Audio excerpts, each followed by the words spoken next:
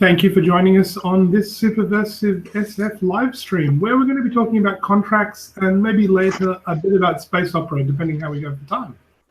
On this episode, we have L. Judgy Lamplighter Wright and John C. Wright, who need no introduction at this point if you've listened to one of these before, because they're always around. We have David Halquist is back again, also one of the Superversive SF regulars. And we have two new people this week. We have author Jane Leback. Jane, would you like to pronounce your last name correctly? It's Leback, but yeah. Leback. Okay. Yes. Please tell us a little bit about yourself. I write books and I knit socks. Fair enough. Yes. That's much easier than writing socks and knitting books. Yeah, it's hard to knit a book. Yeah, I tried. It's just really, the cast on is really difficult. I'm gonna go someday. All right. I am supposed to be on the chat. Thank you. Okay, I'm going to mute Judgy because Judgy's talking to one of the kids by the sound of things. And we have Dawn. Dawn, I don't know how to pronounce your last name. Is that a W or a V sound? Dawn's wandered off, hasn't she? I'll let Dawn. It's written Witsky, but Ben's name is written Zawicki, and I always pronounce that wrong too. So anyway, we thought on this episode we'd talk about writers' contracts because Jan and I got into an argument about it. So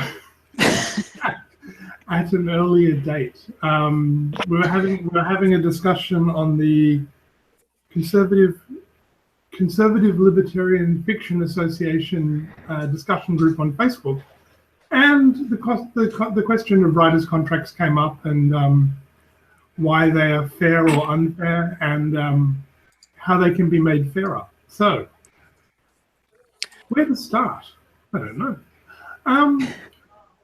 At the moment, Superverisve Press is working out contracts for various bits and pieces. We're pretty much just trying to crib from existing contracts and trying to put in terms that are reasonable for the writers, particularly just the sorts of things we've seen where people have had trouble over the years or gotten into arguments with their publisher about different bits and pieces. And yeah, so who would like to go first? What makes a good writer's contract? Or what makes a good contract? And I mean, I guess there's a certain need to be realistic aspect to the whole thing, because I'm sure the best contract for a writer is, hey, I don't owe you guys anything and you pay me all the monies, yay. And that's obviously never going to happen. Well, actually, Jason, wouldn't the best contract be something that benefited both parties equally? I suppose so. Well, I mean, that's true. But at the same time, as with most trades and negotiations, both parties have something that would be totally advantageous to them and disadvantage the other person, and you want to meet in the middle somewhere where you're both happy with the terms. So, right. I mean, so I assume it would suit a writer the best to have a contract.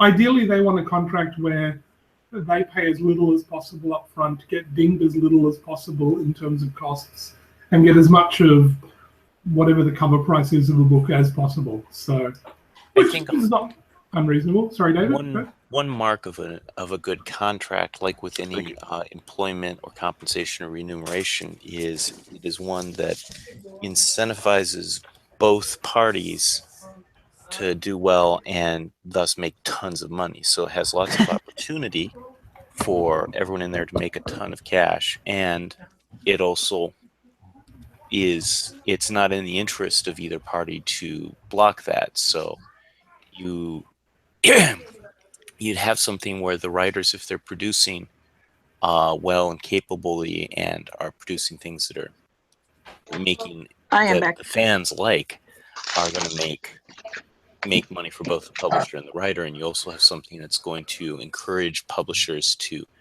be willing to take chances with writers, isn't going to hang them out like with something that doesn't work, and is also going to work well if it does work. So those are some of the attributes of how you construct that from that, I'm not entirely sure. But I've seen in my life a fair number of employment or sales commissions and such forth where they were poorly constructed, where basically the incentive was drawn away. Of course, those businesses didn't do that well. Also, while you meant it apparently as a joke. By the way, is anyone else hearing a static on the line right now? Because I'm picking Yes, up a lot of I static. am. It's just started up again. Hang on. Hey, I'm No, it's not me. It wasn't me. Well, it just stopped, whatever it was. Oh, No, it started again. it's Dawn. Dawn is being really hissy and staticky for some reason. Well, in any case, you said it originally as a joke that a good contract for the writer is one where the writer gets everything and the publisher gets nothing. But that's not a good contract at all. That would be like saying a good price for the customer if I go to buy a widget is where I get it for free. But of course, if I do that, the widget company is going to go out of business. There's a natural market rate for things like fees that if you go above it and the writer gets too much, the publisher will lose too much and will not be able to perform. And if it's too low for the writer, he also, vice versa, he won't be able to perform. So you want to try to hit the sweet spot in the middle where the negotiations match. That's true. Now, fortunately, by and large, all these contracts are what lawyers call a boilerplate. That is to say, they've been used often enough that the industry is basically familiar with them and uses the same wording over and over again. There is some new wording that has to be added for new types of rights, like electronic publication that was not a big deal 20 years ago or 30 years ago. Aside from that, the publisher will usually tell you up front, what the price per word is and stuff like that.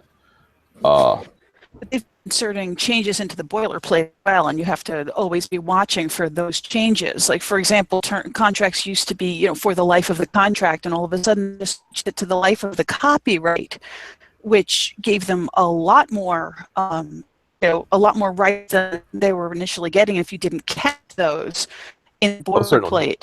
Certainly. Certainly got to be having problems.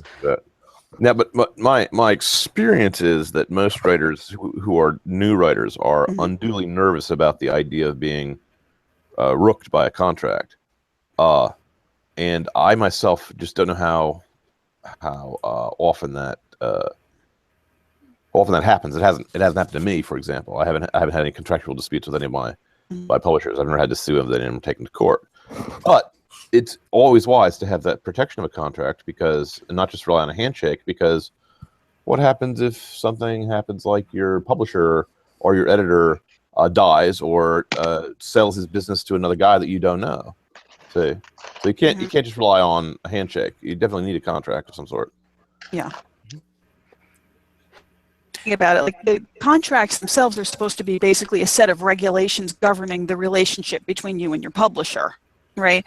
So, but you're assuming that, because it's a like a business contract, you don't do things like that with like friendships. And certainly for most business arrangements, we don't have a contract. There's sort of like an understanding between me and the grocery store that if I pay for milk, then I get milk. That is actually covered by a quasi-contract. It's kind of like an understood thing. Yeah, it's I don't have a contract with the guy who plows my driveway when it snows. He just, plows the driveway and then comes to the door and I pay him, and that's that. You do.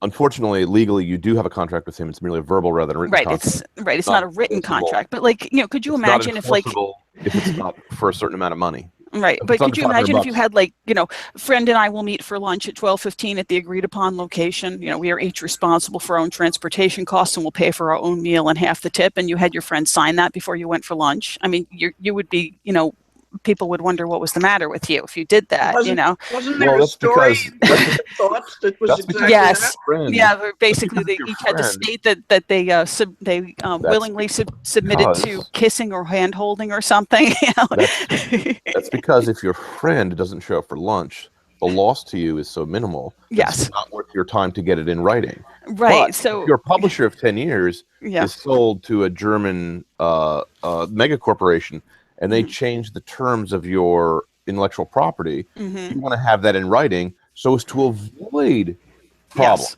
Yes. So it's a seatbelt. It's a safety belt. You don't You don't wear a safety belt on a tricycle, but you do wear a safety belt in a car. Actually, my kid's tricycle did have a safety belt, and I always wondered how fast they thought he was going to go. Like, really? Do I want this? I'll just say kids in the old days did not have safety belts. But the thing is, like, I guess there should be a certain good faith on both sides that each one is, I mean, obviously the person who generated the contract is going to generate terms that are slightly more favorable for themselves, but they should both be going into it with the idea that it's for the benefit of each other rather than only for the benefit of the publisher. And, I think that's where the fact that it's all cloaked in legalese makes it kind of distressing to writers who look at a 25-page, boilerplate contract, and it's all cloaked and everything. And it's like seeing a contract that says, friend and I for lunch at the agreed upon time 24 hours in advance, agreed by text message, ahead with cancellation allowed till 30 minutes beforehand. We'll each pay for this. Tip will be calculated that way. And once you see all that laid out, it's kind of frightening to writers, and there are, unfortunately, there's stuff included in the contract that is not and not at all favorable to the writer, so you have to negotiate it out. This is how the agent earns his 15% to take those worries off. Agents shouldn't be negotiating contracts, though, because they're interested parties. They shouldn't be doing it. They're not lawyers. And they insert themselves in as interested parties. They should not be negotiating on your behalf. It's illegal. What in the world are you talking about? Of course it's not illegal. Your agent actually, because they are, if somebody is negotiating a contract for somebody else, they can't insert themselves as a beneficiary into the contract. That's not true. Yeah, and they're effectively practicing law without a license. That's not true either. I've been reading about this all day because I knew I was going to be on here. But I'm an attorney, so what you're saying is simply not the law. It may vary from state to state, perhaps. I don't know. Well, usually I don't think so. We're talking about very basic concepts. Well, in every single state, it's illegal to practice law without a license. Yes, but negotiating a contract is not the practice of the law. It kind of is, though, because you're advising people about legal terms. It's not at all. It's not the practice of law in any way, shape, or form. Yeah, if you ask the attorney, if you ask the attorney that I work for, accountants practice law too. He really hates it when accountants do taxes. Well, I wouldn't. Ask a question. I wouldn't take legal advice from that guy then. Can I ask a question? Why is it illegal to practice law without a license? Is this just an example because the lawyers wrote the law? I mean, that's what I figured. That's what I figured. Yeah. But I mean, is it just the case of lawyers don't want the competition, or is there actually some justification for it? I think. Do you want to ask the lawyer in the room who's actually a lawyer? Yeah, I do. Yeah, go on. I'm just There's no wondering. justification. It's because lawyers write the law. She's entirely right on that point. It's a guild. It's a guild. They use it to restrict competition and raise their prices. Yeah, fair enough. That doesn't surprise me at all. The theory is that you're trying to protect the client from unfair trade practices, from abuse, or from guys who don't know what they're doing. Well, that's always the justification. But that's always the justification for guild practices, and so she's right about on that point. That's always the justification for every law. We're trying to protect someone, no matter how, that's always the excuse, regardless of the actual effect. Anyway. I mean, the supposed argument on the other side, of course, is if someone doesn't know the law, they might misrepresent you. So we want to make sure that they've passed a test that shows they know the law.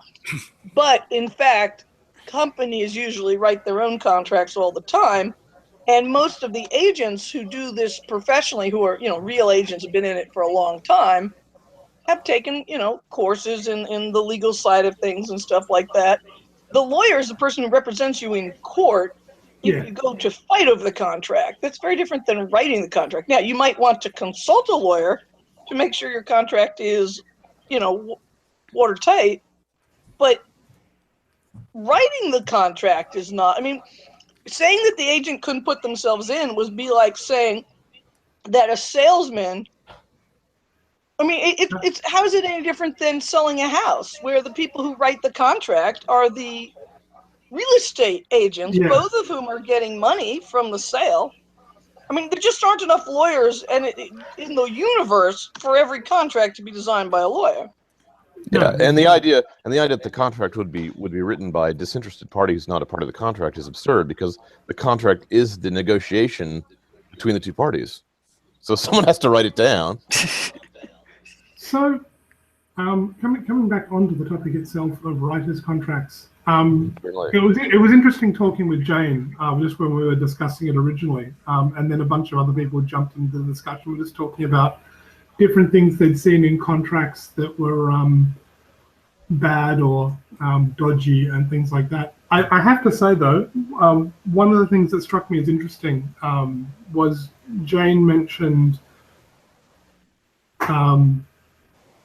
contract terms that said effectively that the publisher was advancing you the cost of the production of the book, and you had to earn out the cost of the production of the book before you saw any money. So I think in the example it was $5,000 for typesetting and cover production and advertising and whatnot for the book. And so the first $5,000 in revenues generated basically went back to the publisher to cover their costs before the. That's what royalties are. That's how all the big publishers work. We're not talking about an advance here. I'm not talking about an advance. No. Hang on. I understand. $0 in advance. But if the publisher spends $4,000 getting your book to market, then every single dollar that you earn in royalties gets applied to the $4,000 they spent doing their work. Right. Before you see anything. Sorry, advance is probably the wrong term to use there. I got it. You're saying that the only thing they're doing for you is the paperwork, basically. It's the same as if you're independent. It's vanity publishing, right? Right, but they're doing the paperwork for you. You're paying for everything. You might as well be independent and not have them get a cut. Right, exactly. Why should I? And then, not only that, but if I'm independent, then I can hire my own editor. I can hire my own cover artist. I can, make sure that all these things are done the way I want them done. And these days, that's so much easier than it was even 10 years ago. Yeah. So I completely changed. Is this a new phenomenon? Why I should sign that contract? Well, no, hang on.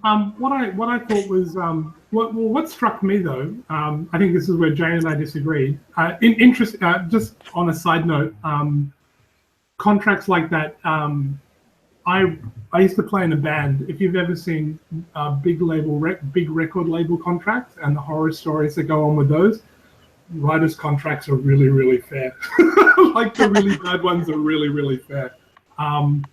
The big record labels will nickel and dime you. Well, they used to nickel and dime you to death, and basically everything you absolutely everything that was put out to in terms of publishing and promotion and touring costs, they got all of that up. They got all of that back up front before you saw a penny. They used to be really bad. There's like so many horror stories. But anyway. Jane seemed to think that contract was unreasonable, and her example was if she gets royalties from book sale 1, that's better to her than if she gets. We're getting hissing again. I think I'm just going to mute Dawn for a sec. I was saying fairer.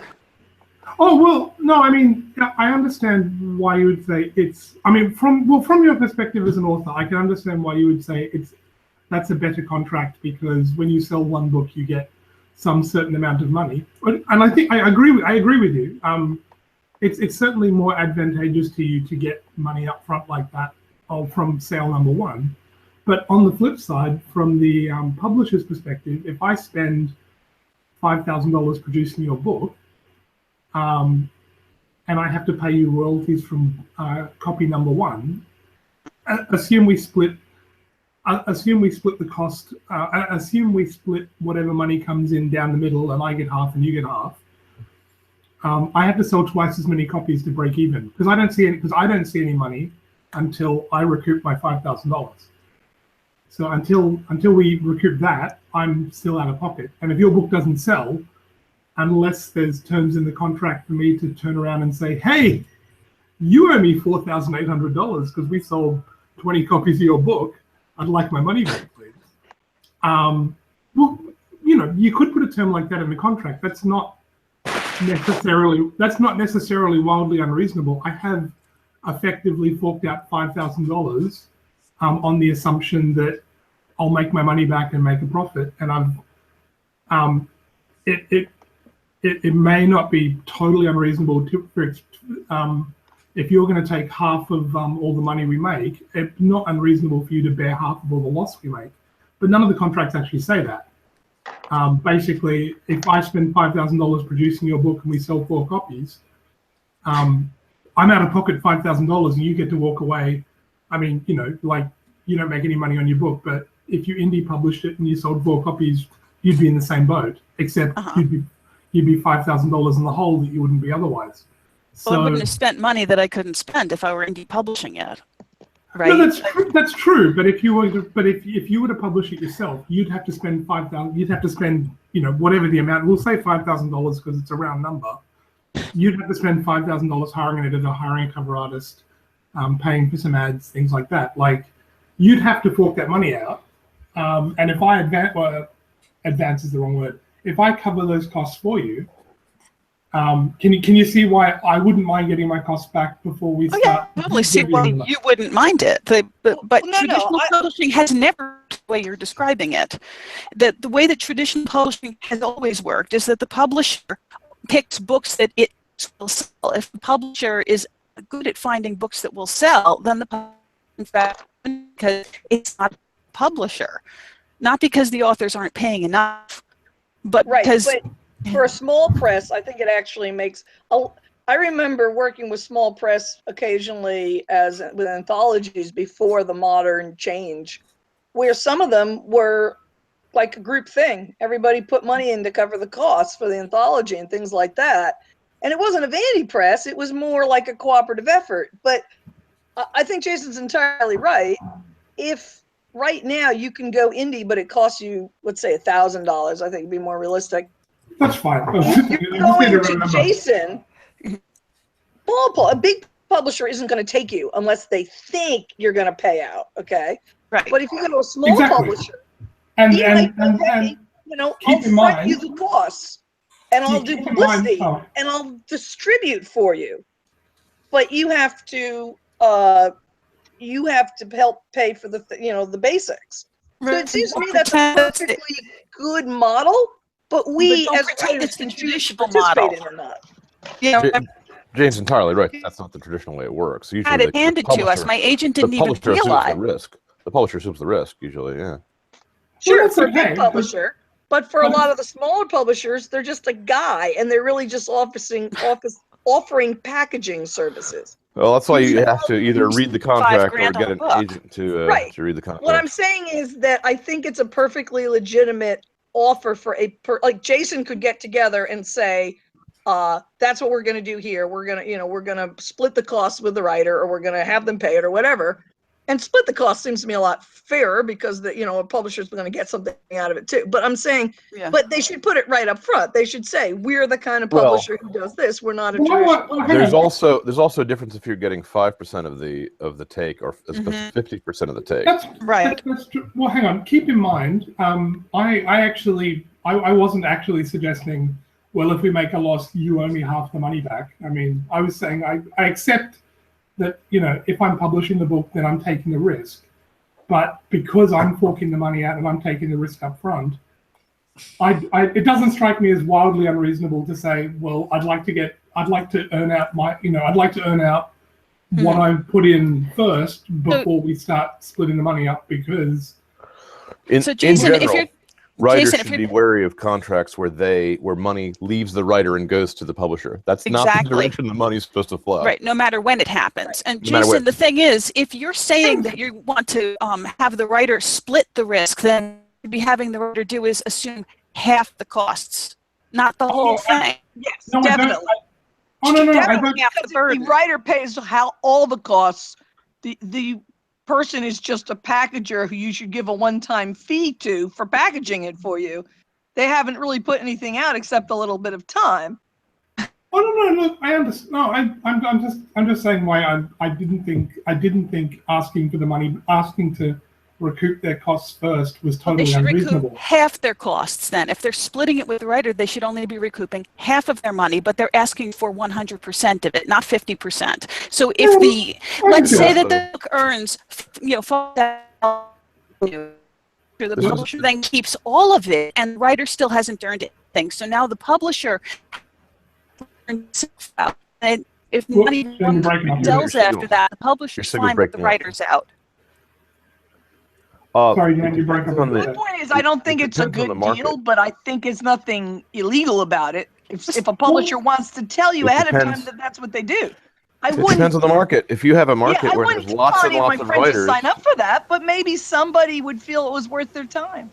It depends on the market. If you have a market there's lots and lots of writers and not many publishers, then the publisher can switch to another writer whenever they're satisfied with the terms the writer's offering.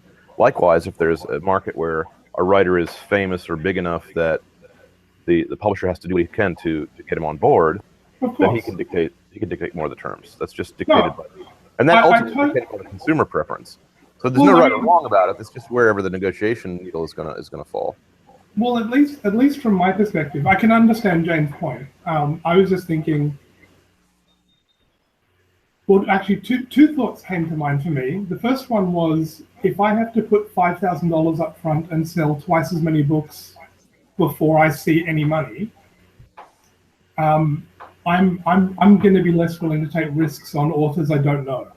Certainly. So that's why I say it depends on the market. I don't think that we can discuss a theoretical contract and establish whether or not it's right or wrong without examining the terms. And I don't even think the terms right or wrong applies here. It just depends on what risks you're willing to assume and who's willing to assume the risk in order to get to the sweet spot where you both agree.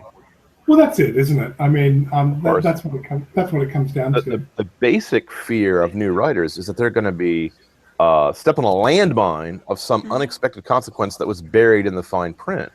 And that's why it's usually useful to have someone else read over the contract who's more familiar with writers' contracts than you are. Well, that's a reasonable concern. Despite my failed legal career, I certainly would not sign a contract that having my attorney, having my agent look it over. I would actually have a lawyer look it over. For example, I would not, unless you're really fearful, because lawyers are much more expensive than the 10% to 15% on agent. And unless it's a literary lawyer who does, yes, it would have to be a literary lawyer for books and has been through court with them. Somebody like I used to have a really high-powered New York lawyer agent. He's going to know a lot more about how the cases actually came out than a lawyer who does some other kind of law. So you're talking about a very limited amount of a lawyer is a very limited field. Mm-hmm. And if I'm selling a short story, I'm selling a short story to a magazine, and they're offering me their boilerplate that they offer every single contributor to their magazine, I'm not going to go to a lawyer for that. It's not worth his time. Right. It's not worth yours either. I mean, at that point. What do you mean? I'd sign that contract. Well, you'd sign it. It's not worth your time to retain a lawyer. That's what I'm saying. But with a book contract, when they're asking for things like the non-competes, where they're asking that you can't publish anything without their permission for the life of the contract, which may never end because the book will never go out of print now that we have ebooks, then you as the writer are in danger of getting seriously by terms that you don't understand, and a lot of agents. Oh, I totally agree with that. The good agents do. Getting a good agent is like getting a good lawyer. I mean, that's someone who's actually on your side. Uh-huh. Well, I know that. And I've had agents tell me that they will not, stand up for their writers if they have to do business with that publisher in the future. Like, oh, really? Well, they are an interested party. That's part of the problem. Yes. It's not in their interest to negotiate too hard with the publisher because the publisher won't deal with them in future.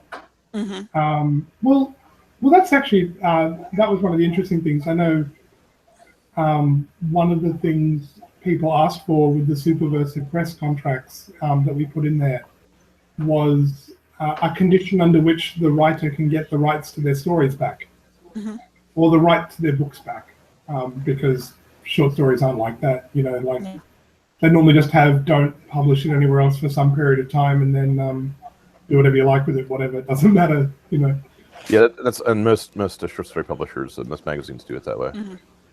I know I always have. I know for Astounding Frontiers, we're paying an advance up front. We're paying a certain amount of money, but depending on how many issues we sell above that amount, and we're saying to keep things simple, the amount of time they have to sell that number of issues is 90 days, and we want to keep the stories exclusive for 90 days from date of publication.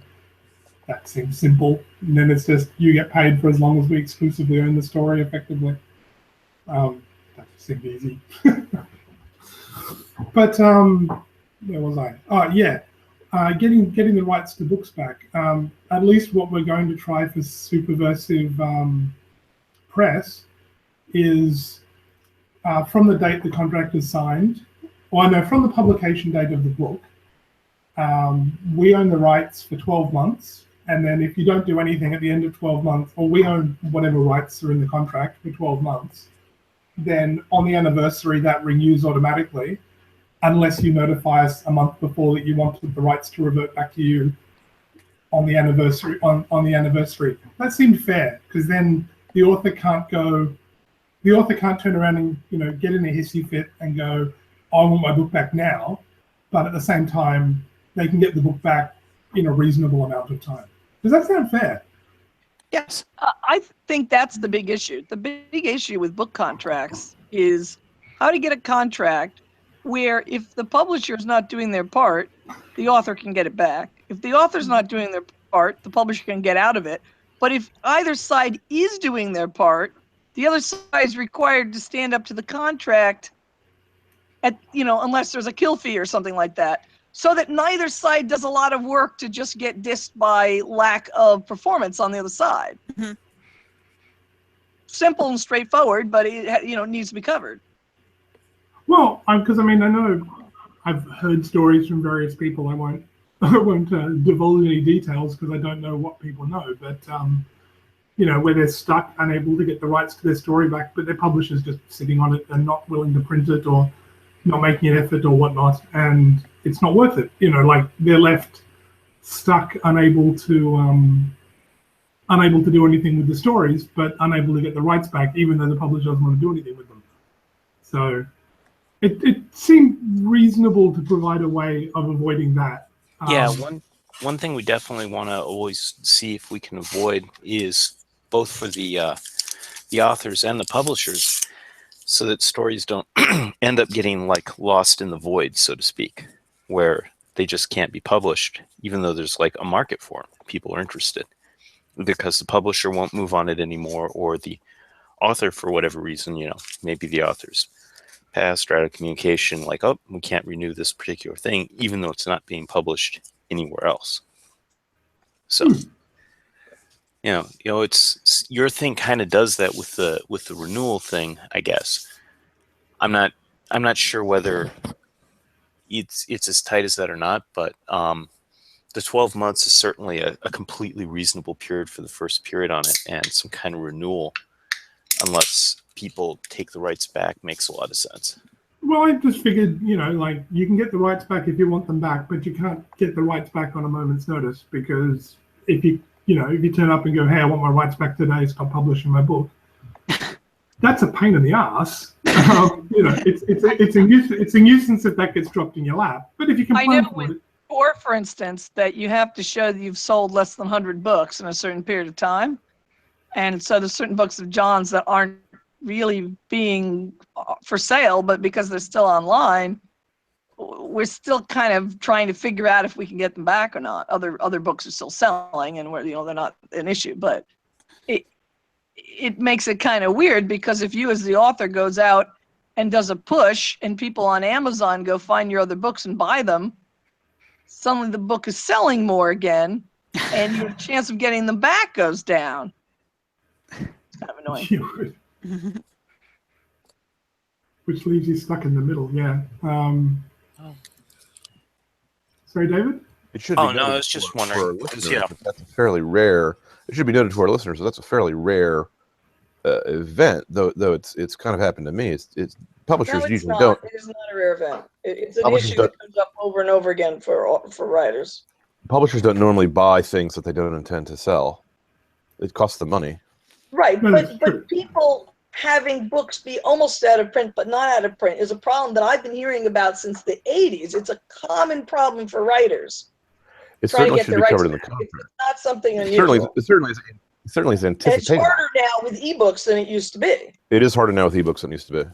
I guess the fact that things never go out of print now, or can potentially never go out of print now, makes the whole issue. It makes all the old boilerplate problem. creates a problem that it didn't used to exist, and certainly you should be wary. Any new writer should be wary of signing a contract that doesn't give him an escape clause like what you just discussed. Well, yeah. I mean, Science fiction, should it be an escape pod? Haha. What do you think There should be a sanity clause. What do you think of rights of first refusal for a publisher for a new work? What do I I think? would not put them in if What does everyone think? Everyone. I mean, like, they seem to be Right. something that's complained about, but I can understand why, as a publisher, if I start publishing your series, at least for a series, it seems reasonable for me to say, hey, I don't want you to publish the next book in this series without giving me the first, option to publish the next one in the series. If I'm not interested, fine. But it's a fine idea for series, but I would not. I think asking a writer to show you their next book, it reminds me of the story about Queen Victoria, who liked Alice in Wonderland and requested the next book published by the same author. And of course, it was a math text that he put out under his other name, It puts the writer in a weird position as to what's covered and what's not. Yeah. I think if you're signing them for a series, having something related to trying to keep the series with the same publisher makes sense. But otherwise, it seems to me that you're putting both the publisher and the author in a kind of strange position. I couldn't disagree more. I had a contract with Tor Books that gave them a right of first refusal for my next book. I took it as flattery that they wanted to see my next book, and it always gave me a place to send the manuscript. So I was done. Right, but now with all these small publishers, if I were given a choice, since I've had 3 publishers fail on me in one way or another, I would not sign a contract that required me to give them another book other than the one I'm offering them. Because I don't trust the publishers anymore. What's in it for me as a writer? The option clause should be that they should consider it. It should be closed-ended so that they have, like, say, 30 days from the publication of your last book to consider the next one, for example. And it should be the same kind of book or the same series book, but they shouldn't have right of first refusal on, like, say, my cookbook.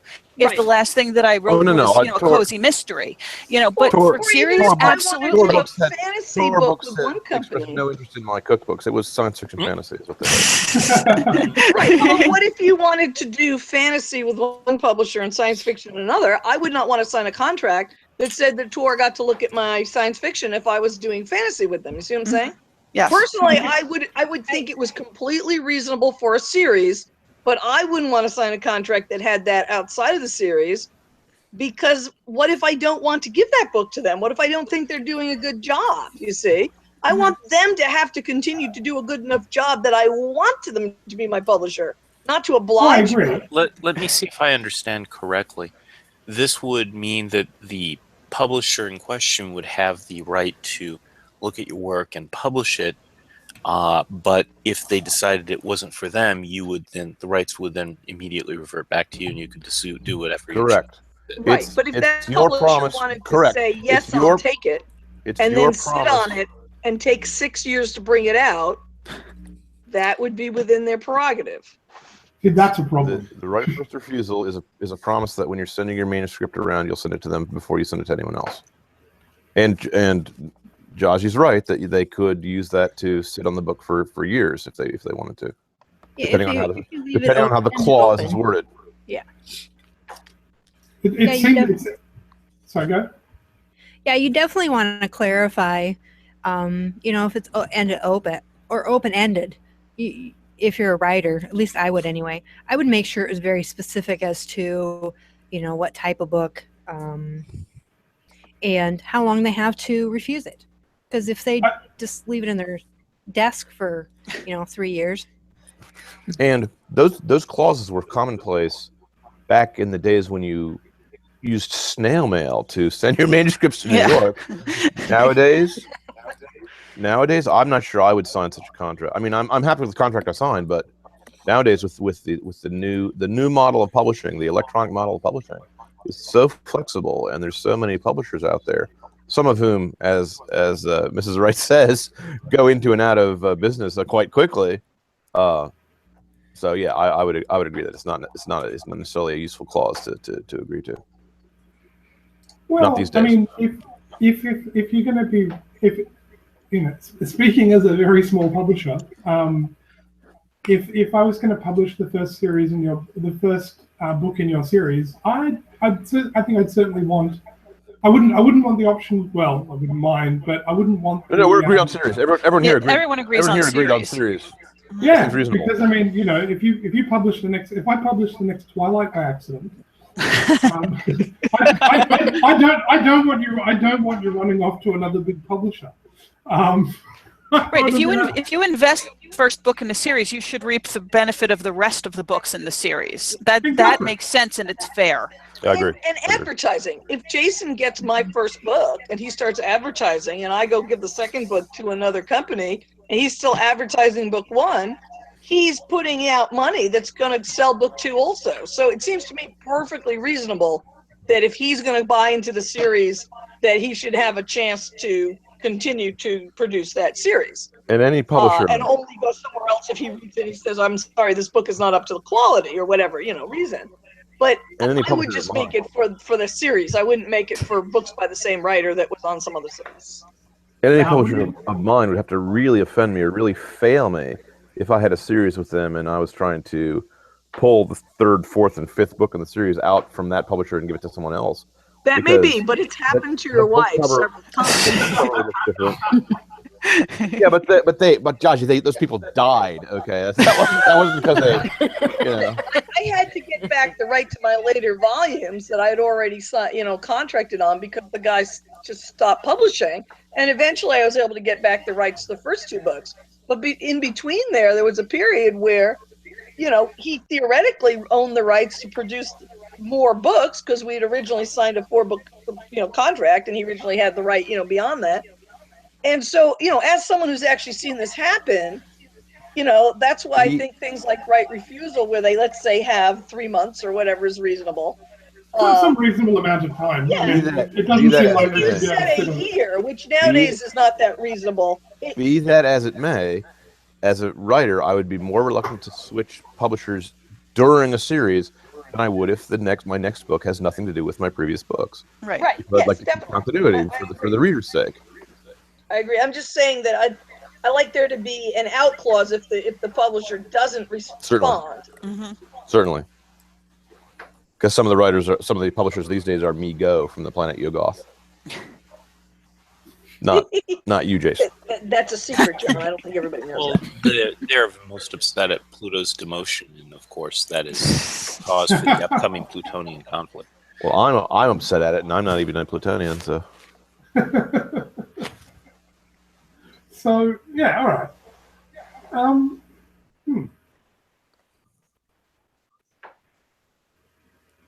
Where to go from here? Well, space opera will never die. Well, I'll point out it is now almost 4, so we could switch to space opera, which I think we were going to talk about for the second All one. right. Unless anybody has anything else to say. I think we've covered the previous topic. I would say to sum up, read your contract or have someone who knows the field, like an agent or a writer friend of yours who knows what they're talking about. Read the contract to make sure that even if it is boilerplate, it's not boilerplate that's gonna blow up in your face.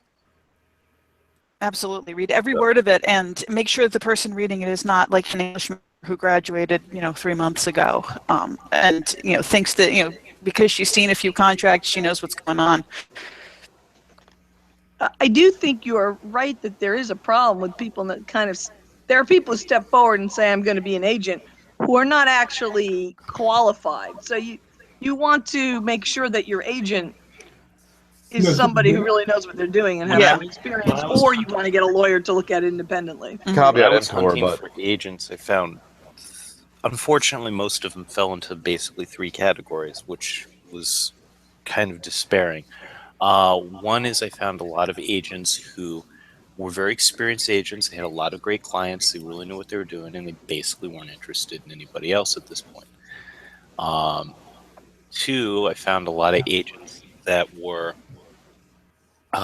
extreme social justice. You know, they had their political agenda, and any publishing had to fit all these check boxes. And then three, there's a lot of agents that are basically expecting you to conduct and implement your own online media campaign, and they're like seeing this as an extension of it, and you know, how many hits and likes do you have and all this. And I'm sure they're onto something with the business model of that, but that wasn't really where I was going. So I saw a lot of all three of that. Well, I suppose, actually, John, you said, before we change topic, one thing you said was, just before we started, you made mention of someone, was it John or was it Jane, said don't modify a contract, or about modifying a contract? No, you should absolutely modify the contract. I never would say don't modify the contract. Modify the contract if it doesn't suit you. No, somebody said something about crossing things out of a contract or something. If you cross it out, you have to initial it.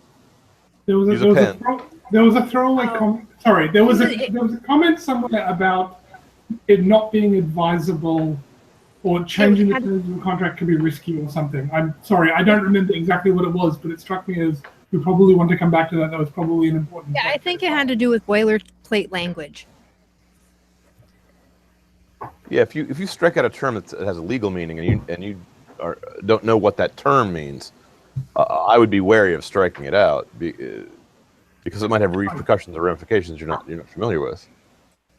The reason why boilerplate language tends to be the same for every types of contracts, every group of contracts over years, even certain phrases are kept the same, is because the courts of law will assume that if you change a word, you do not mean what the original phrasing means. That's what I wanted you to explain. Okay, that's the reason why, even to this day, we still have Latin phrases in legal contracts. Mm-hmm. Okay. All right. So it's just one last thing on that. That's what I didn't understand when I was young. I didn't understand why all contracts weren't rewritten to be very clear in simple language. And John explained, because if they've always written it one way and they've always interpreted it that way, the courts will assume if you change the language that you mean something new. So it's valuable to get boilerplate contracts that have been around for a while, because the courts will interpret them the same way they did last time most of the time. And the problem is that legal language is a technical language, and it is actually very clear as engineering language or as clear as scientific language. And the problem is a layman doesn't know what the terms are defined as, and so it seems obscure to them, as you'd expect, because it's in a technical language. I mean, that's why contracts are written the way they are. It's actually done to protect both sides, so that there's as little ambiguity as possible. Because the more ambiguity there is, the more the judge can mess it up. Well, there's a new theory. Some of the newer lawyers are going towards plain language contracts. They trust. I deal with some older. They trust older. They trust the courts of law. Oh, sorry. Go ahead. I'm sorry. I interrupted you. Go ahead. I have no idea what they're thinking, because I deal with young lawyers and old lawyers. The old lawyers, everything has to be worded exactly like. They like the boilerplate, and the younger ones like the plain language, and I prefer the boilerplate. The younger ones trust that the judge is going to agree with their interpretation, but why? So would by you the time they become older lawyers, they won't anymore. Either that, or they'll find a new profession, like writing veterinarian or farmer. Well, some of them are becoming judges, so. Jason. No. Yeah, I have one more thing at the end. Sorry. That's the end of the Republic then. Go on, Jane. Okay, so my advice, though, about contracts would be to assume that at some point the contract will be sold to some other organization that will then enforce every single clause in the contract to your detriment. And once you look at it that way, That's probably not a bad one. Assume that you are bound to this contract way that it is like most disadvantageous to yourself, and ask yourself if you can abide by those terms. If you can't, negotiate whatever it is you can't deal with to a point where you can. And that's the thing. When I was, one of the theories of negotiation is the BATNA, which is the best alternative to a negotiated agreement. So you should know for yourself when you go into contract negotiations, what is your best alternative to negotiated agreement? For example, you could self-publish this book. You could not publish it at all. What are your options? What is your best alternative? Go into your negotiations keeping in mind at all points in time, is this better or worse than my BATNA? Okay, and then once you got that, then look at every single term and say to yourself, can I live with this? Can I live with having to have a publisher have a non-compete and that they might not let me publish mysteries even though they only publish my science fiction? Ask yourself those questions and make sure that you can live with the contract you sign. Oh, that's fair enough. Oh, yeah.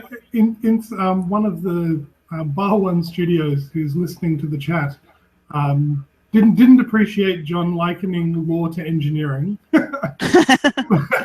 In law school, we're told that lawyers are the worst writers of the English language in the country, except for engineers who are worse than us. So that's our only. That's our only. Yeah, tell that to the guy who wrote The Martian. That was an engineering document. Since John's job for the last 10 or 15 years has been speak to engineers and then write in comprehensible English what they say, I think he knows a bit about the subject. Just because one guy who's an engineer can write doesn't mean that all guys are engineers. I can tell you that's a valuable skill engineers can write in documentation. And I'm surprised that he says that engineers don't use a technical language to describe their work.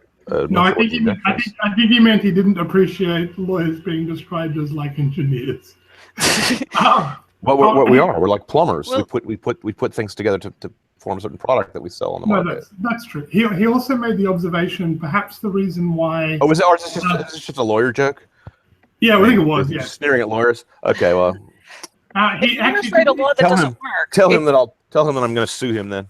So I'm thinking, if lawyers write a law that doesn't work, it's still on the books. If an engineer designs, like a building or a system that doesn't work, it falls down. I mean, there's a very big difference there. So, I think engineers have to be slightly clearer.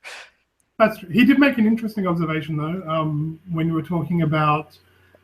But we just spent the last half an hour discussing what happens when the work product of a lawyer is not sufficiently well put together. Mm-hmm.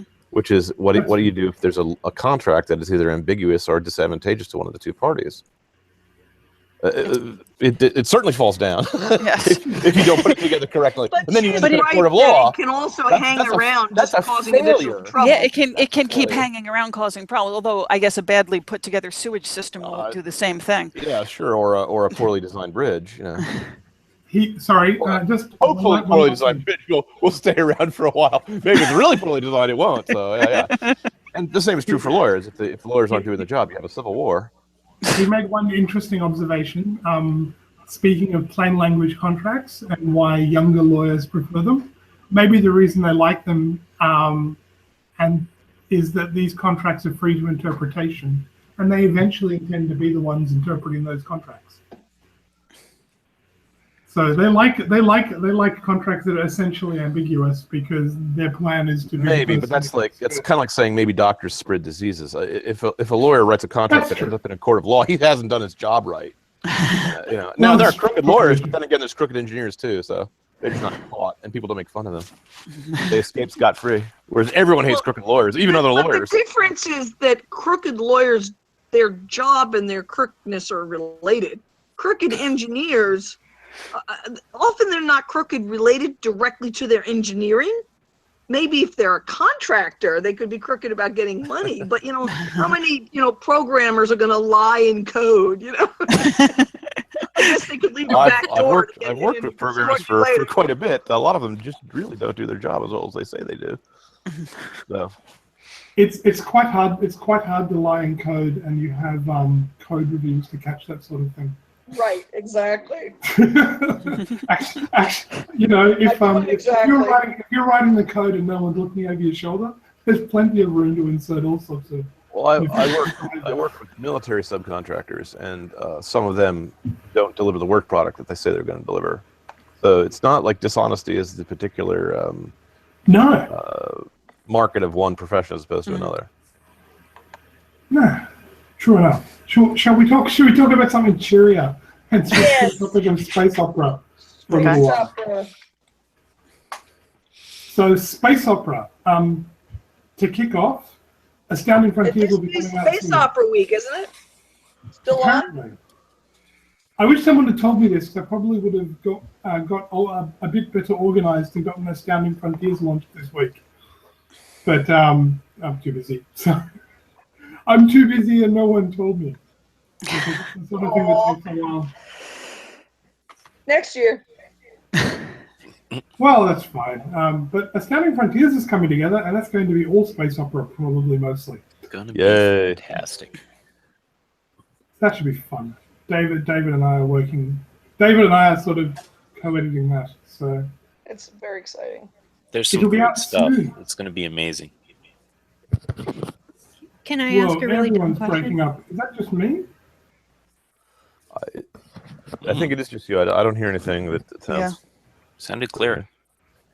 I think Jane had a question. As long as everyone else is clear, I can cope. Yeah, there was a question. It was me. I have a question. Go on. Can someone explain what space opera is? Yes. Space opera is the subgenre of science fiction that deals with heroic, larger-than-life characters set against a backdrop of vast cosmic conflict where gigantism is the order of the day. If you're in a story where at least one planet is not blown to smithereens, it's probably not space opera.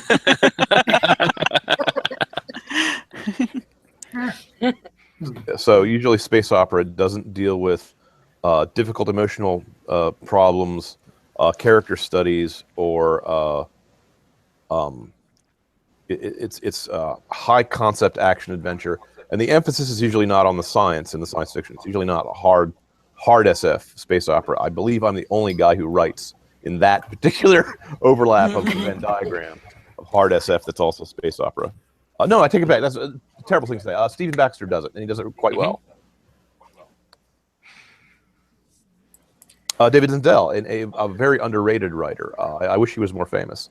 Also writes high concept space opera that's also hard SF. There are two articles, I believe, on Superversive SF right now that John De La Rosa put up there. I always pronounce his name wrong. Del Arroz. De La Rose. De La Rose. De La Rose. In my mind, it's Del Arrow, and that's not right. And so I always have to stop and re-say it. It's like he's, the Green Arrow or something really cool. Anyway, he has two articles up right now about space operas that he likes or that are some of his favorite, coming up to, I think, about 10 different series or so if anyone's interested, they can check those out. The other way, usually genres have more of a family resemblance to each other than a strict bright line definition. It's not like defining the difference between oxygen and boron. It's more like saying, this is a detective story if it has the same elements as Mrs. Marple or Sherlock Holmes stories do. Well, likewise, space opera is a space opera if it has the kind of elements that Doc E. Smith's Lensman series has. Mm-hmm. So, in space opera, is it over until the Blue Lady sings?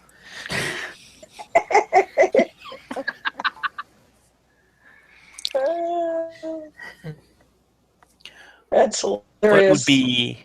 We like that Blue Lady. Well, it's funny that you say that, but I would say that Fifth Element was definitely a space opera. Oh, absolutely. It was larger than life. It was larger than life. Know what that is? Good guy, bad guy.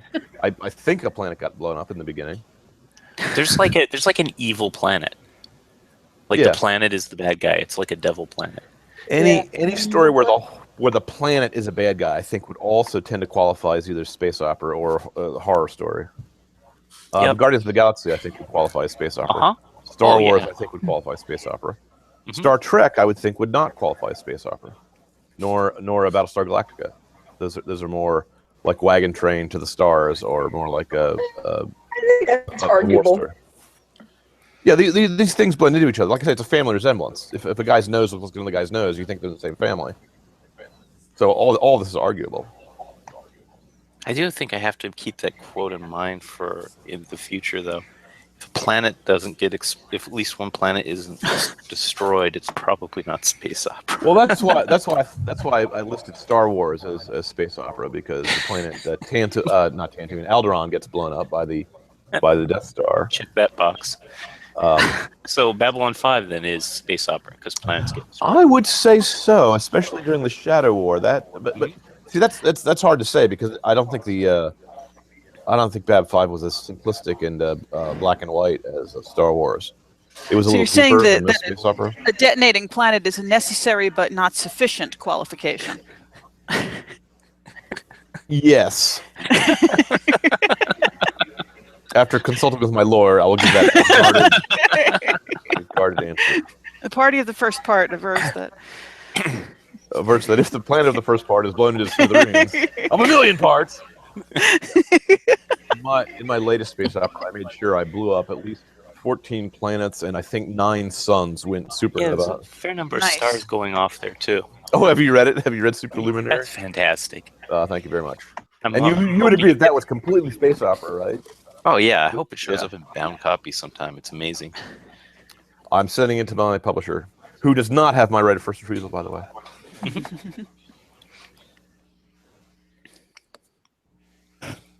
I need to get the. I need to actually get the Tellurian Empire game on there. It's hidden in your site somewhere.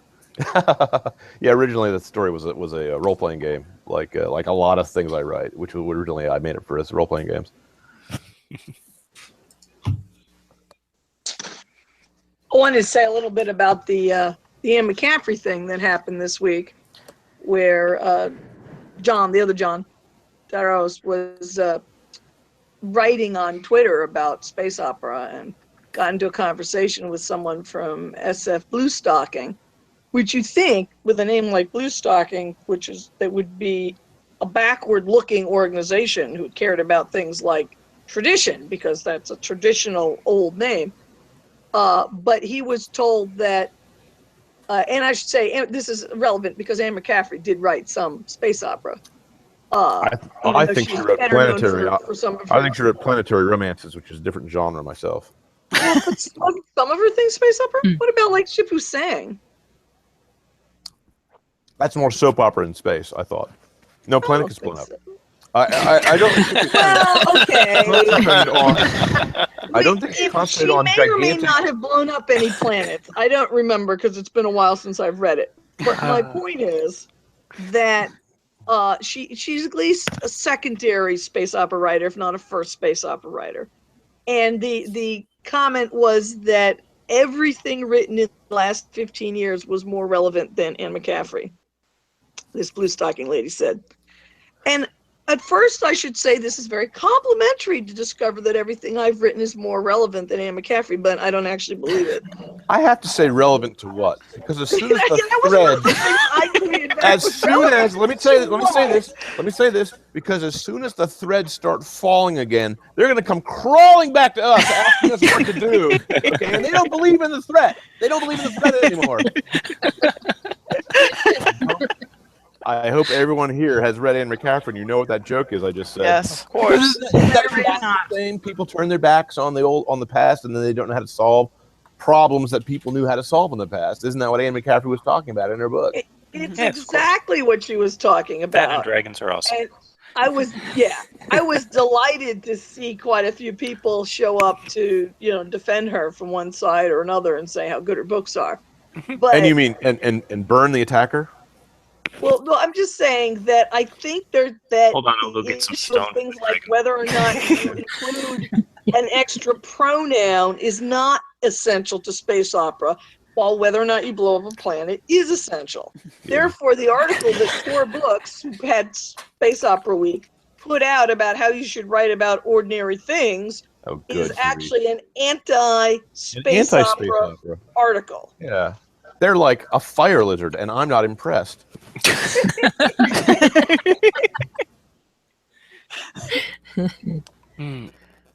I can tell you're Anne McCaffrey fans, because that joke was really obscure. Yep. We all are. And if we're not, we should be. Yeah. I've never read a single book by her. She is delightful. You're in for a treat. She's delightful. She's wonderful, and she writes all sorts of books. I mean, one book I really liked by her was a romance about a battered wife in Ireland. Yeah. But she also writes about Wow. unicorns and dragons and spaceships and Singing spaceships. Her dragon books are like they're almost. You have to kind of remind yourself they're science fiction because we think of that kind of story nowadays as fantasy. Well, you couldn't sell fantasy back in the day, so she disguised it as science fiction. But they actually have a science fiction premise, Absolutely. even though they have a fantasy mood. Absolutely. And the first about 5 are excellent. Now, after that, as she got older, they got a bit fluffy. But like, if you go back and read the original couple, they're just terrific. Really, and even now, I mean, I reread part of one of them recently, and I was just floored by how good it was. Tell them the story about that you were standing in the bookstore and started to leaf through it, and then realized I was standing in the bookstore. Half an hour later, I had read one of her more recent ones. It just wasn't as good. And I picked up Dragonflight, and I think it was even the comic book version, which comic books might be interesting, but comic books from books are often kind of dull.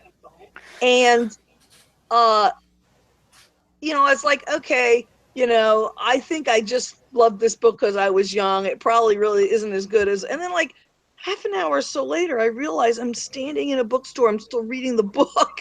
And like embarrassingly put it down because I wasn't going to buy it. But it was really good. And it was her storytelling that was coming through is really good. It wasn't like good because there were nice pictures or something like that. It was the brilliance of her story.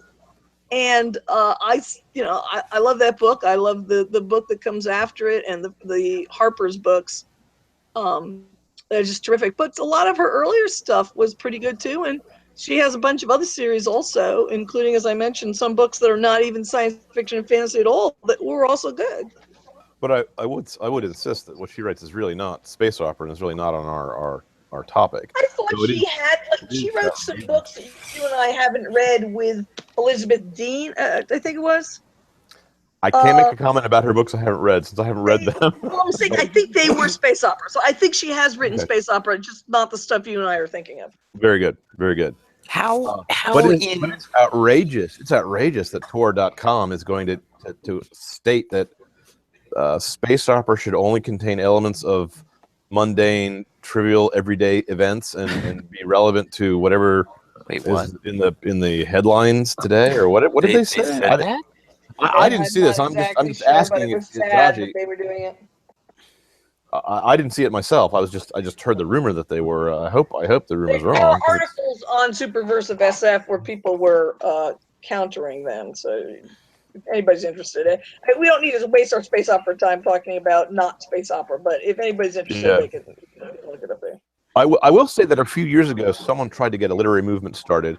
And literary movements amuse me because they pretend that someone other than the readers decide what's going to happen in the field, and because the readers are absolutely sovereign, they're the ones we write for, and if they don't like what we write, then we write something else, or we have to fall back to our day job of failed lawyer, or ditch digger, which is a more honorable profession. There, I just made a lawyer joke myself. I should have done that.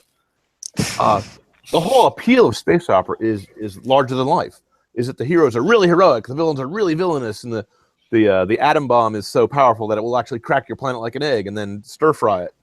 And so there's a literary movement that started a few years ago by, I don't even know if it was a joke or it was meant for real, called Mundane SF, where they said, we're not going to have any stories that involve, what was it, artificial intelligence, cloning, rocketry, what? Space travel, time travel, or alien life on other planets. We only want to have stories about, and then there wasn't, I'm not sure what the end of that sentence could possibly be. What, like biology lab? I mean, people complaining about pronouns, I guess, was going to be the,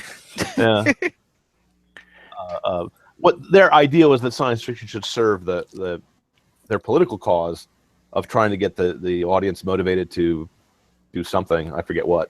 Not sit and daydream about the far future. But of course, you would think you would go to another genre that didn't consist of daydreaming about the far future. If you want to not be daydreaming about the far future, you know. It sounds like it was a bunch of next we should start the literature guys. We could start a romance movement about people who are single and don't intend to, like, you know, find Celebrate partners too. romance. And Or only involves a relationship between women and their horses or their dog. You know, not a romantic relationship, just an emotional one. Start mysteries where people have to worry about. There's no crimes. Yeah. Yeah, no, crimeless mysteries. Where the detective sits at the desk all day, tapping his pencil all the crimeless mystery would be like Clue Junior. Have any of you guys ever seen Clue Junior? It's actually a fun game, but it's set up a lot like Clue, but it's the little kid version. So instead of someone having been murdered, someone has eaten a cake. And you have to figure out, did they eat it in the kitchen with milk or in the living room with orange juice? Oh.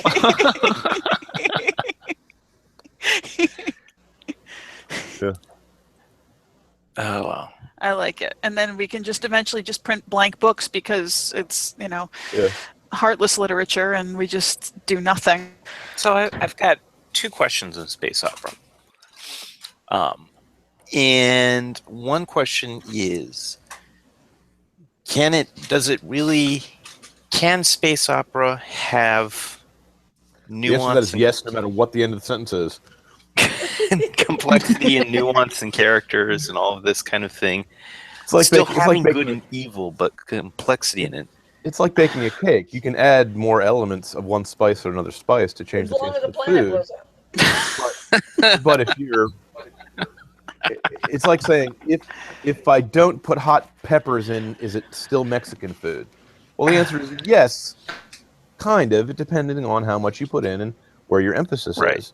If it's like a family resemblance, then you're going to have a graduated scale. You're going to have, you know, you can put in a little bit of complexity and intrigue and depth if you want. I always accidentally add philosophical depth to my stories when I'm trying to avoid it. It just creeps in anyway because I'm just so X could be like the level of complexity and development and nuance, and Y could be the number of planets destroyed, and this would give you your space opera equation. As long as you don't try to divide by 0, it's fine. If you cannot have the Gray Lensman show up as a guest star in your story, I would say it's not space opera. Fair enough. Fair enough. Now I'm a little tongue-tied at the moment because I've mentioned Doc E. Smith as space opera, and I'm trying to think who else does this kind of grand scale thing. So I think I also mentioned Star Wars. Almost anything by A.E. Van Vogt, who is a writer that I from the 40s and 50s, who's almost forgotten these days. Peter F. Hamilton. He has planets that are stolen. Yeah. Stolen. Moving a planet, that counts. Neutronium Alchemist, those guys, those books? Yeah. I would say so. I would say it's space opera. Yeah. Let's see.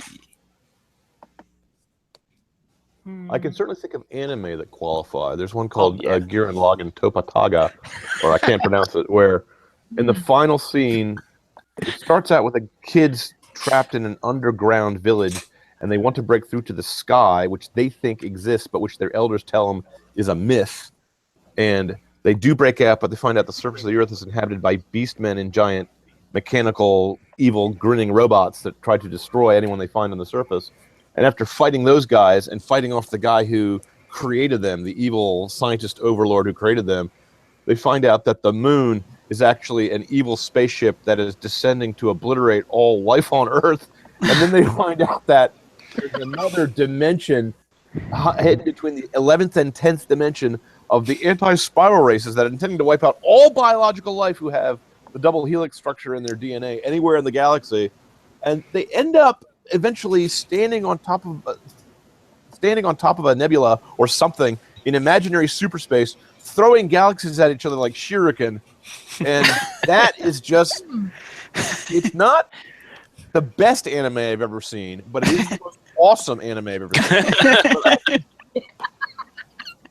seen. So I think a space opera generally don't use their powers for good; they use them for awesome. I don't think I've ever picked up a space opera and said, this was written by Shakespeare. I don't think that's ever happened to me.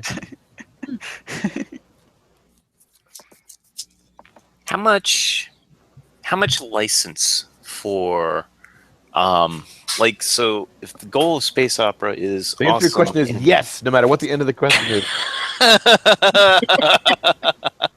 If you can get away with it. The question is, the answer is if you can get away with it. Yeah, if the reader's head is going to explode, that's good. If they're going to throw the book across the room and go, well, that couldn't happen, that's bad.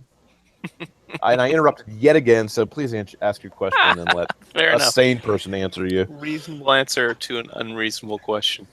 The other one was the mythology of it. And when you wrote that it's kind of like the myth of modern world, of the industrial society, and that just struck home.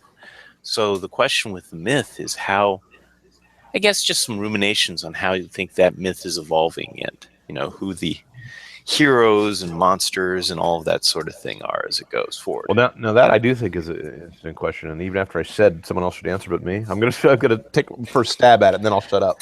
I think that when the Industrial Revolution happened, when the Scientific Revolution happened, the basic worldview of the mankind in the West changed, and your basic average reader in the Victorian age became aware that his descendants were not going to live life the same way his ancestors lived, and so a reading public could accept the idea of a story taking place that concerned those changes and what the future was going to hold for us. And some of them were, in fact, the first one, I would argue, the first science fiction book, properly so called, is Frankenstein.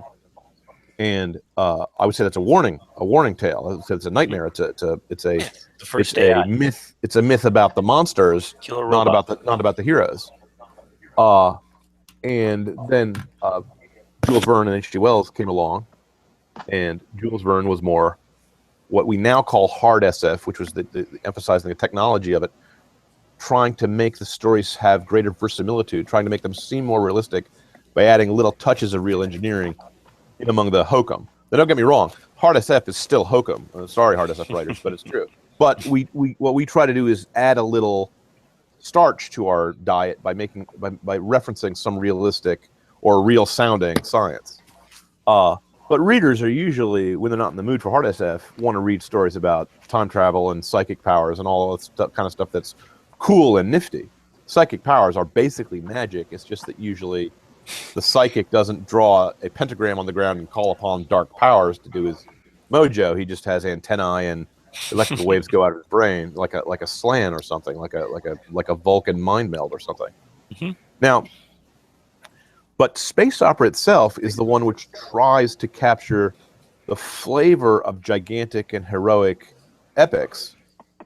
And what's funny about space opera is, of the space opera books I've read, I can't think of one that's necessarily tragic. Although almost all the epics I read of Homer don't end happily. Maybe Odysseus gets a happy ending, but not very many other people in the Odyssey cycle. Baxter's has a bittersweet ending. I won't spoil it too much for I think the mythology there is the appeal of the Odyssey is wondering what's over the horizon. What's the island beyond the Pillars of Hercules, beyond the edges of the map. And a lot of space opera has that appeal. And a lot of related genres, like the big dumb object type story, of which I think Larry Niven's Ringworld is the best example, where you come across a mysterious alien artifact, obviously designed by intelligence, and you don't know what it is, you don't know what it's for, you don't know what it does. You're like a man on the beach, and a ship built by some race you've never heard of in Atlantis washes on shore, and you get to look at his stuff, and you don't know what's dangerous and what's not. There's just a lot of aspects of science fiction, and a lot of different genres that explore the different parts of the question of how is the world, how is the mystery of the world we live in going to unfold in the future? Mm-hmm. And space opera is the more fun answer to that question. Yeah. So I have a question. Do you think the optimism? Oh, sorry. No, it's just a really quick question. So space opera is usually, well, John is actually the answer to this question, so maybe I shouldn't even bother answering it. But I was going to say, space opera is usually full of all sorts of things like Fast and Light. You know, can you have actual hard science fiction? But since John's actually writes hard science fiction, I'm really the worst question to be asking him. Go ahead, David. I don't know if anyone else writes it though. I tried to write Count to a Trillion and not have Fast and Light drive, but even then I kind of almost did, because I had certain aspects of superstring theory that allow for passing of information. I mean, I haven't gotten entirely to the end of the last book, but about halfway through the last book, everything you have there, you have a partial, at least a reasonable scientific explanation that could be the case. Yeah, sure. And it's still the most. I mean, as vastness goes, it every few pages of that last book, I have to, crank my brain wider so that I can comprehend the vastness of it. So I take it back. I was going to ask if you could get the space opera feel and keep a hard tech, but I think you actually do it. So that kind of answers my question. I'd like to remind all the listeners that is a testimony from a completely objective and neutral third party. No, but she's actually right. I mean, I tried for that effect. Whether I succeeded or not on that effect, I leave up to the readers to decide. But that actually was what I was trying for, yes. You were going to say something, David? Oh, I was actually I think the other thing is, so looking at it as mythology, as space mythology, I think, I'm guessing, and what you guys think on it is part of the optimism we often see is we'd come. So the ancient myths of the pagan Greeks were stoic in character. It was, you have this brief moment in life, and then you die, and all that survives is the glory of your deeds. So there was always this bittersweet aspect to all of them. Like, even when they succeeded, it was just for a while. And then the myths and legends of Europe people, it was less larger than life kind of stuff, but you still had it was about the nobility and character in a dark and terrible world. And so what started in, I think, the 19th century is there was all the promise of new tech, and of course there were all the new things that could go wrong with it as well. But the sense that things could be potentially better, they could also be worse. And I'm thinking that might be the origin of the heroes of the heroic optimism of space opera, and simultaneously some of these new monsters that we see in there, such as the endless legions of artificial men that frequently show up as villains, for example.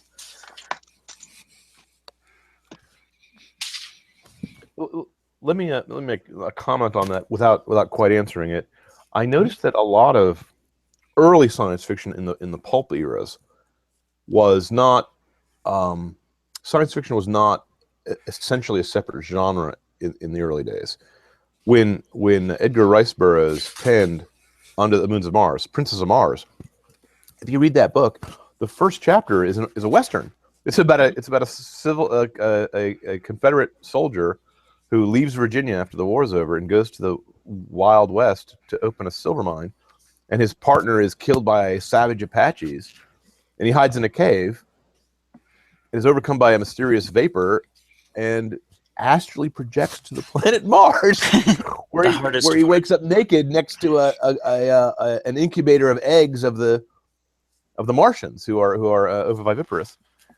And the basic theme of Princess of Mars is a lot like a Western about a guy who gets kidnapped by the savages, and he manages to fight and outsmart his way to the top to gain their respect through his stoic heroism. And he falls in love with a girl who is a lot older than he is. Deja Thoris is thousands of years old. Anyway, I don't need to tell you the plot of Princess of Mars. It's a good book, but it's the flavor of it is a lot like a Western. The heroism we saw is a lot like you would see from. I don't think you mean ovoviviparous. What do I mean? You mean egg laying. What did I say? What does the ovoviviparous mean? Ovoviviparous means that they lay the egg inside the body, but they're born live. Okay, I mean egg laying. Okay, just want to clear that up. Go ahead. Though somehow the Earthman is able to mate with Dejathoris, and she lays an egg, and it grows up to Carthoris of Mars. So that biologically makes perfect sense to me. A lot of the heroism. You remember when I told you about the mundane science fiction movement? There was a movement in the big New York magazines in the Victorian and early the 20s and early 30s that made a similar declaration of intent to drive out adventure stories and action stories and stories with Chinese secret societies or train wrecks, and only tell stories about everyday life and everyday people. And they did it for a political reason. They're trying to promote socialism and to glorify the common man, and kind of encourage the idea that men only achieve greatness as a group, never as an individual. And so a lot of the adventure, a lot of the mythology, a lot of the dreams, a lot of the wonder of literature seeped into the pulps, where they were not just science fiction stories, but also air wonder stories and spy stories and monster stories and every ghost stories and every kind of story you would want. And science fiction got the benefit of all these exiles from the country that exiled their dreams. Can we also glory for a moment in the sheer hypocrisy of a few individuals saying that we're going to glorify common by taking away the stories that the common man reads? Yes. I gotta mute my mic because I'm laughing so loud. Yes, let's note that. We're going to take these stories away from you because we know that you're better than that. And here, we your betters have decided what you should be reading. I'm sure exactly. Every English schoolboy raised by an evil nanny knows exactly what that feels like. But you know that it took over the whole mainstream, and it damaged stories for years after that. And that's why science fiction and fantasy became so big, is because that's where the dramatic stories were coming. And now, of course, they're after us. I've shot out a lot of answers during this conversation, so let me ask a question for once. Do you guys remember ever being assigned a story to read in school that was not depressing? Any of you? Yes. Could you elaborate? What story was it? Was it public school? Was it public school? Well, yes, it was public school. Actually, I took an entire class on mythology. Oh, that's cool. All of it was interesting. But I try to avoid the lit classes and anything where I had to actually do anything. So I wasn't assigned a lot of anything. So we were given a number of books in the classroom that were available for us to read that we would just pick up, and they sort of expected that if they left a lot of books in the room, we were supposed to read all of them, and they weren't specifically assigned to us, but they were there. So like those kind of books are often have some good ones. Oh yeah, Watership Down was in there. There were Mrs. Frisbee and the Rats of Nim. I'm talking about when we were, like in second and third grade. John, we were seeing specifically high school short stories, not just novels, because novels I think are right. But do you ever remember being assigned in high school a short story that wasn't negative or depressing? No, I think they destroy the love of reading by assigning those stories that they think are edifying and incredibly depressing. Yeah. The reason this came up was that John found out there was a teacher somewhere who was using his story, One Bright Star, to guide them for his class. And after reading the description of the kids cheering when they got to the end of the story and two girls dancing on the desk, I said to John, I cannot remember ever having been assigned a story that was positive. Now, we have to be careful novels, because there were some good novels that we were allowed to read, but short stories. Those girls may have been dancing because the ending of the story was good, or they may have been dancing because the story came to an end. There's a little ambiguity in what we're told. John, at this point, still, you're the only person in our writing group that actually has a dance professional. I think John C. Wright stories equal girls dancing. I think yes, that's true, John. We have evidence that girls dance when they read your stories. It's online. But enough about me. Korea may have. I think that space opera in general was a reaction against how depressing a lot of mainstream writing was. And when people wanted to escape, they really wanted to escape into a larger world. Is that wrong? Is there anything wrong with escapism? Because I, of course, No. escapism. If it's wrong, I'd be right. No. I would say if you're quote unquote escaping and you're actually doing it rather than do something that really needs to be done, you personally might be misusing it. But every time I hear things like that, I remember a story I read about a young man who became addicted to drawing. And he just really loved to draw, but he'd do it many hours whenever he should be doing something else. And he, instead of interacting with people. And eventually he overcame this. But the point was that there wasn't anything wrong with drawing. He was misusing it. There isn't anything wrong with stories that, reach us up into a more wonderful state. A person might misuse them, but they aren't in and of themselves anything wrong with them.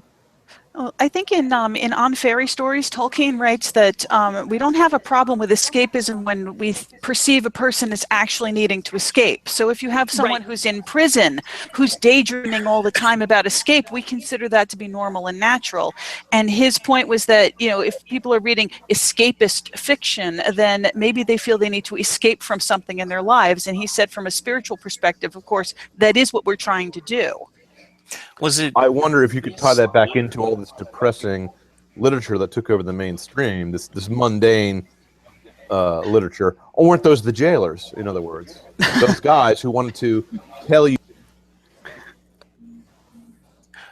Whoops, we lost him. Uh-oh. But he may be correct, though. I assume he'll figure out.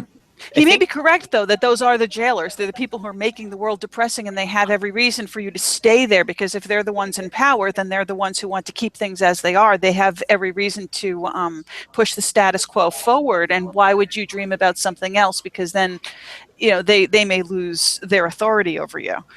Right. I think you're both absolutely right. And, of course, one of the reasons that space opera... by the way, somebody asked about the name space opera earlier and online. I just wanted to clarify because I don't think we said this per se.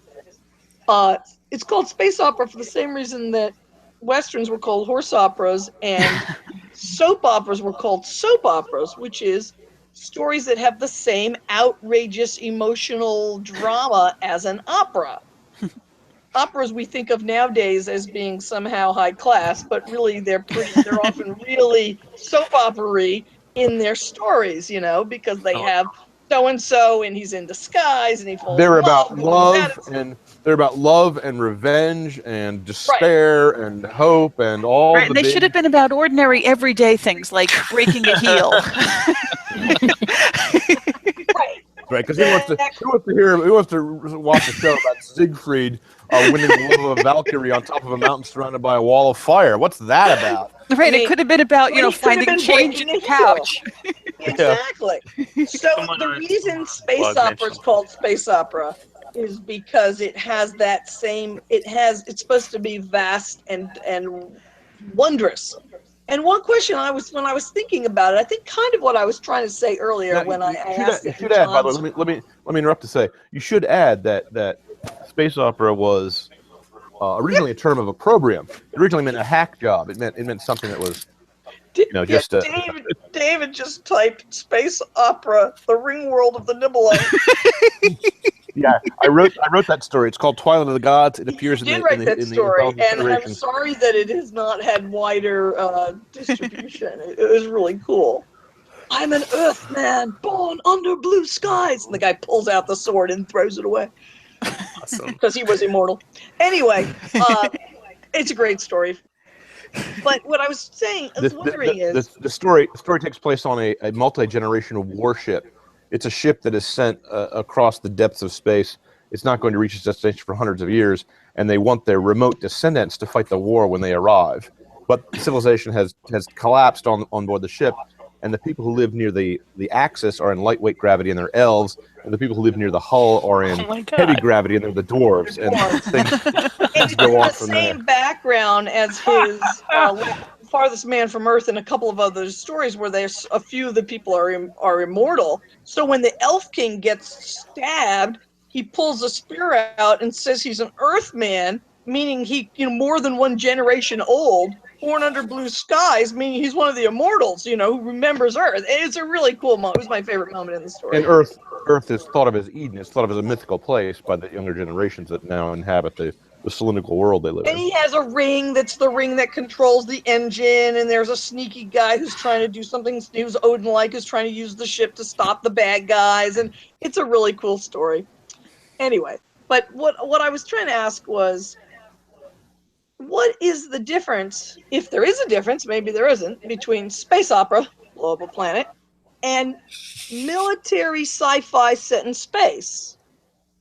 Does military sci-fi set in space that's not concerned with the nuts and bolts of the science, is it automatically space opera, or can it just be low-key, not blowing up planets, and therefore it doesn't count as space opera? It's not automatically space opera. Forever War, Starship Troopers, and the Honor Harrington Systems series are all military sci-fi, but I wouldn't call any of them space opera. They either deal with the concerns of military life and the fighting and the heroism, which are a part of that, are there, but they're not. It's not the cosmic battle of good and evil, or the ones where it's an officer, like in the Honor Harrington series. It's the grand scope of strategy and war and politics and economics. And again, there is the fight of good and evil, but I wouldn't call it necessarily space opera, unless of course they blow up a planet. That's interesting, because I always thought that was space opera, but I haven't actually read it. So that was just based on the kind of reputation. I've read it. I would say it was almost the opposite of space opera. Starship Troopers, Forever War, and other military gritty. SF Yeah. usually try to be gritty and realistic. And in Starship Troopers, for example, Juan Rico never even finds out what caused the war. It's never even brought up as an issue. Nor is the war over by the end of the book. He's not Achilles. He is not the glorious Greek hero who battles the gods, and he's not Hercules. But in a space opera, usually your hero, the Gray Lensman, is Hercules. He's ridiculously powerful, and he basically solves the war by himself. Him and his family solves the war between two galaxies. You see, no military SF story, no military story is going to have one family have mitochondria in their bloodstream, and so they get to win the battle by themselves. Got it. No, I think that's actually a really good point, though. Because it's not just that it's scientifically realistic. We've seen now, both from your 5th and 6th Counter Trillion book, that you can have semi-realistic space opera, and that you can have non-realistic space travel that's not space opera. I think you're right. It's really the vastness and while blowing up planets may or may not itself be there, the ability to do things like that, the vast scope of being able to zip around. I mean, John Carter of Mars never blows up a planet, but no. But I would argue that was a planetary romance, not a space opera, and they have slightly different tropes. Yeah. A planetary romance is one where an Earthman, usually a good sword fighter for some reason, is teleported to either a futuristic barbarism or a barbaric barbarism, falls in love with the princess, and kills everyone who gets in his way. That's the basic basic formula for space opera, which takes place between planets. So, guys, we have about 5 minutes left. If people would like to do a kind of a sum up, and you can sum up either on space opera or on contracts or on whatever you'd like to say as a closing. The only sum up I can say for sure is everyone be on the lookout for Astounding Frontiers when it comes out. It's going to be space opera, super pulpy, amazing sci-fi stuff, and it's got some great people in it. So you're all going to like that. Sales pitch ended. I would say that there was my final comment is there's a pulp revolution going on where a bunch of people, some of whom are involved with my publisher from Finland, Castalia House, have decided that they want to resurrect the spirit of the pulps, and this magazine is in the spirit. And I would welcome the return of the pulps. I think the pulps were very energetic, and I think they were just delightful. And they didn't take themselves too seriously. Yep. Oh, awesome! We are going to do it looks like we're going to do a pulp roundtable. That'll be amazing. Yeah, as we get close to the magazine launching, we definitely should do a pulp space opera roundtable. Not so much just talking about the genre general, but some of the specifics and some of the fun things to come. In the comments box, David has said the pulps will never die, and I would like to say that vampire stories are the same way. I think vampires will never die. Yeah. Also, go ahead, Jane, and then I'll go next. Oh, my takeaway would be that you should read whatever you want, read what makes your heart pound, and read every single word of your contract before you sign it. Excellent. Dawn? You there? Me? Self-publish, and then you don't have to worry about contracts. Except for Amazon. I just found out that I had not noticed something about the Amazon contract, so there is that. But yeah, but Amazon does whatever they want, regardless of what you want. So there's no negotiation. We can't change it. We can only take right. it. Yeah. We also want to remind people that the Forbidden Thoughts in audio is going to be coming soon. So we'll have even more fun and delight for anybody who would like to hear Forbidden Thoughts rather than read it. And mention that Forbidden Thoughts is mention before you hang up that Forbidden Thoughts is an anthology of people who want to help burrow through the gray walls of your jailers and let you escape into the world of escapism. I wish that the little scene in your Golden Age book where Daphne makes a little virtual reality and the virtual version of Phaeton tries to break out and everybody becomes concerned about the guy trying to break out of the bubble rather than the game itself was a short story that was easy to show people, because that's exactly what we're talking about. And we have For Steam and Country coming out soon, which is John Delrose's new Superversive Press book that we'll be launching. And we also are beginning work on Forbidden Thoughts 2. So those of you who are Forbidden Thoughts writers out there can, let us know if you have any great ideas. If we have any Forbidden Thoughts? Yeah, if we have any Forbidden Thoughts, we need to write them down. And I should say all the thoughts that used to be considered Forbidden Thoughts are now on the front of all the papers. So it's not those Forbidden Thoughts, it's the ones that are forbidden nowadays. You mean things like thoughts about decency and family life and kids are nice Shh, don't say that. and apple pie and American flag, yeah. I think it made some people faint, John. Yes, I did, and they're weak, and I'm going to blow up their whole planet.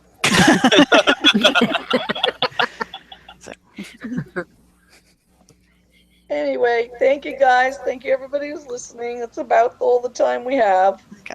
God bless, and we'll see you next month. And thank you guys for coming on. Thank you all. Thank you.